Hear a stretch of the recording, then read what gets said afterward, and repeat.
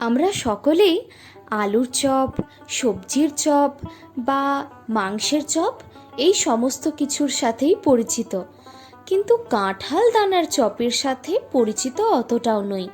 আর কাঁঠাল দানার এই চপ যে এতটা সুস্বাদু হতে পারে তা বানিয়ে না দেখলে আপনারা বুঝতেই পারবেন না। আর এই চপ বানানোর পদ্ধতি আজকে আপনাদেরকে দেখাবো। শুরু থেকে শেষ পর্যন্ত আমাদের সাথে থাকুন। নমস্কার, মা কাকিমার হেসেলে আপনাদের সকলকে জানাই স্বাগত। চপের ভাজা মশলা বানানোর জন্যে কড়াতে শুকনো লঙ্কা এবং জিরেকে ড্রাই রোস্ট করে গুঁড়িয়ে নিতে হবে। আর অন্যদিকে বেসনের ব্যাটার তৈরি করে নিতে হবে। আর এই ব্যাটার তৈরি করার জন্য নেওয়া হয়েছে 2 কাপ বেসন, পরিমাণ মতো চিনি, নুন আর কিছুটা পরিমাণে বেকিং সোডা, 1 চামচ হলুদ। এখন সমস্ত শুকনো উপকরণকে প্রথমে মিশিয়ে নিতে হবে।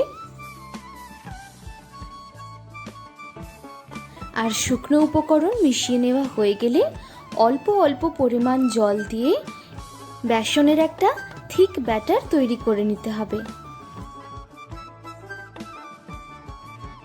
দেখুন, এই ব্যাটার কিছুটা এই রকম থিকনেসের হবে।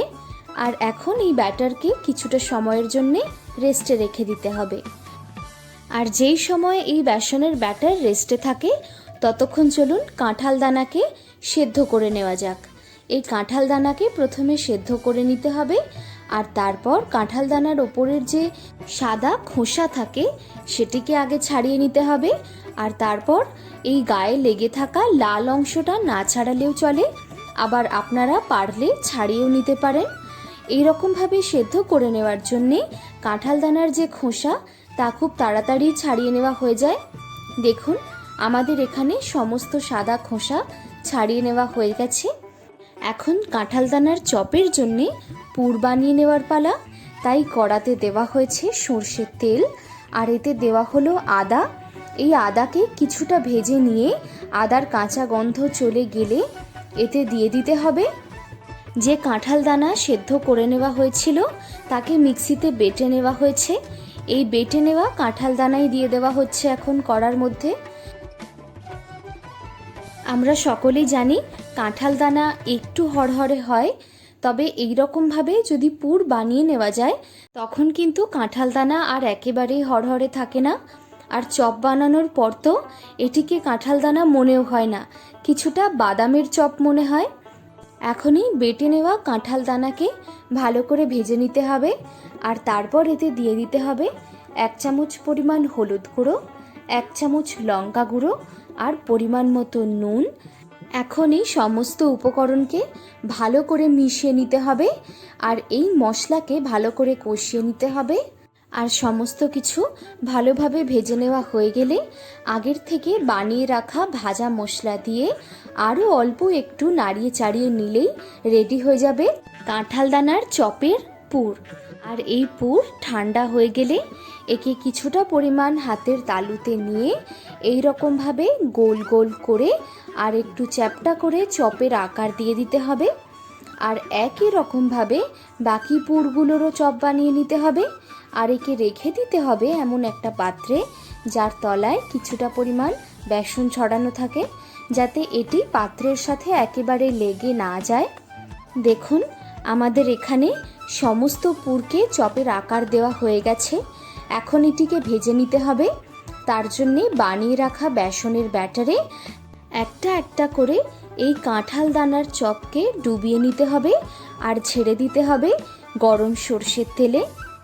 আমাদের মধ্যে অনেকেই আছেন যারা শারীরিক অসুস্থতার কারণে আলুর চপ খেতে পারেন না। তারা যদি এই কাঁঠাল দানার চপটি খান তখন কিন্তু আর কোনো সমস্যা থাকবে না। আর এই কাঁঠাল দানার চপ যদি একবার খাওয়া হয় এর স্বাদ মুখে লেগে থাকবে। আলুর চপের থেকে বেশি এই কাঁঠাল দানার চপই খেতে ইচ্ছা করবে। আর এই কাঁঠাল দানার চপ তৈরিও হয়ে যায় সামান্য কিছু ঘরোয়া উপকরণ দিয়ে, তবে স্বাদ কিন্তু কোনো অংশে কম হয় না। আর এই কাঁঠাল দানার পুষ্টিগুণও প্রচুর। আর এইদিকে দেখুন, আপনাদের সাথে কথা বলতে বলতে আমাদের সমস্ত চপ ভেজে নেওয়া হয়ে গেছে। কত সুন্দর হয়েছে দেখুন। এই চপগুলো। আর এই একই রকম পদ্ধতিতে আমাদের এখানে বাকি চপগুলোকেও ভেজে নেওয়া হয়ে গেছে। এই চপ বানিয়ে দুপুরবেলা নিরামিষ পাতে অথবা বিকেলবেলায় মুড়ির সাথে আপনারা পরিবেশন করতে পারেন।